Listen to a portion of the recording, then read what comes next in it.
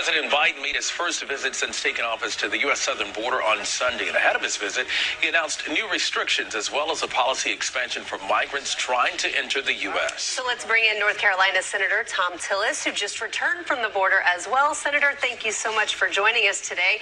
You were part of a bipartisan delegation of lawmakers that went to visit the southern border with the president. So what did you see when you were there?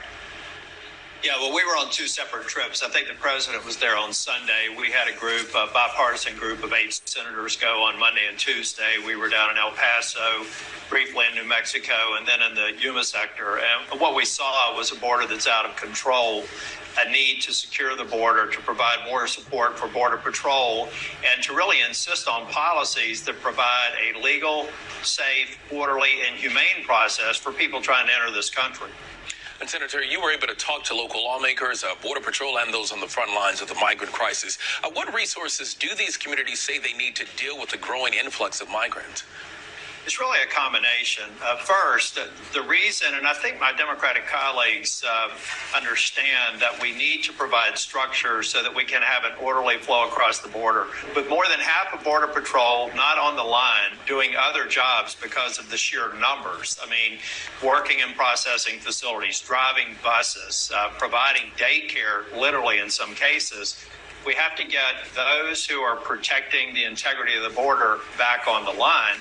But it's also fair to say that there are non-governmental organizations, community support organizations that also need resources while we try to figure out how we reduce future flows. I think that my Democratic colleagues went away with a different impression of why we need structures, why we need to force the issue of presenting yourself at legal ports of entry. And I'm hopeful we can go back to Washington and implement policies that address all of these issues. Well, let's talk policy, because President Biden announced both new restrictions on migrants and a policy expansion that encourages migrants to apply for asylum legally, which in so many words is essentially expanding the controversial Trump-era border restriction known as Title 42.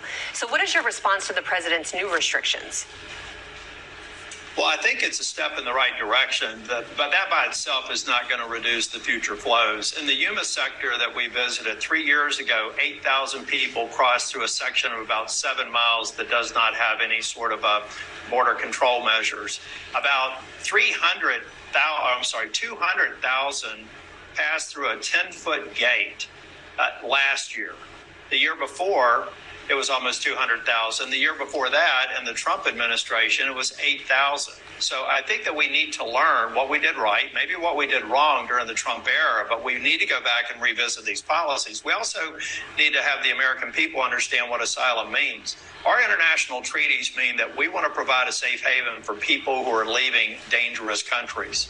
But when you see 5,000 Russians come across the entry point that I referred to, 5,000 in the last year, you have to believe that in their transit to Mexico that they passed through countries where they could have sought asylum. That's what asylum means. Get them out of a dangerous situation into a country that can provide them safe haven.